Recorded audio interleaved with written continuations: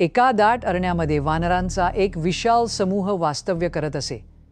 त्या समूहाचा अधिपती एखाद्या बलाढ्य गोरिला सारखा महाकाय होता.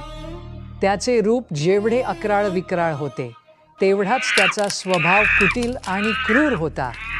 तो राजा म्हणायचा, बाळा इकडे ये, मी तुला माझा राजाश्रय आणि आशीर्वाद देतो. पण आशीर्वादाच्या बहाण्याने तो त्या कोवळ्या पिल्लांना आपल्या मिठीत इतक्या जोरात दाबायचा की त्यांची हाडे कमकुवत व्हायची. तो त्यांना शारीरिक आणि मानसिकदृष्ट्या कायमचे पंगू करून टाकायचा, जेणेकरून भविष्यात त्याच्या सत्तेला कोणीही आव्हान देऊ शकणार नाही.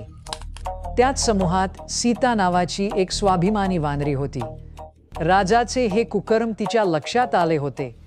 जेव्हा ती गर्भवती होती तेव्हा तिने एक कठोर निर्णय घेतला. आपल्या होणाऱ्या बाळाला गुलामगिरीतून वाचवण्यासाठी तिने रात्रीच्या अंधारात समूहाचा त्याग केला आणि एका दुर्गम पहाडाच्या गुहेत निघून गेली. तिथे तिने वीर नावाच्या पुत्राला जन्म दिला. सीतेने त्याला सामान्य वानरासारखे नाही तर एका योद्ध्यासारखे घडवले. ती त्याला उंच कड्यांवरून उड्या मारायला लावायची, जड शिळा उचलायचे प्रशिक्षण द्यायची आणि निसर्गातील आव्हानांशी झुंजायला शिकवायची.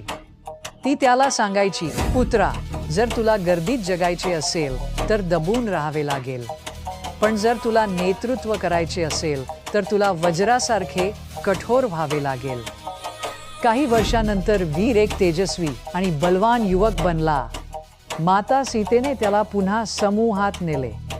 क्रूर राजाने वीराला पाहताच मत्सर मनात दडवला आणि कपटी हास्य चेहऱ्यावर आणले.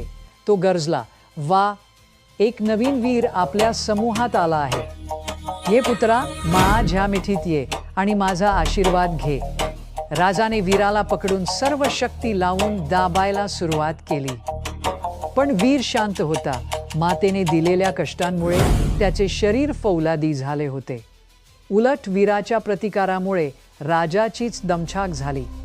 वीराने एका झटक्यात राजाची मिठी तोडली आणि त्याला बाजूला सारले. राजाचा वर्षानुवर्षांचा दराडा एका क्षणात धुळीस मिळाला. अपमानित झालेला तो जुलमी राजा जंगल सोडून पळून गेला. वीराने नेतृत्व हाती घेतल्यावर कोणालाही दबवले नाही. उलट प्रत्येकाला स्वावलंबी आणि बलवान होण्यासाठी प्रोत्साहित केले. संपूर्ण वानर समूह आनंदाने डोलू लागला, कारण आता त्यांना राजाची भीती नव्हती तर सार्थ अभिमान होता. ही कथा दमनकारी नेतृत्व आणि सक्षम परवरिश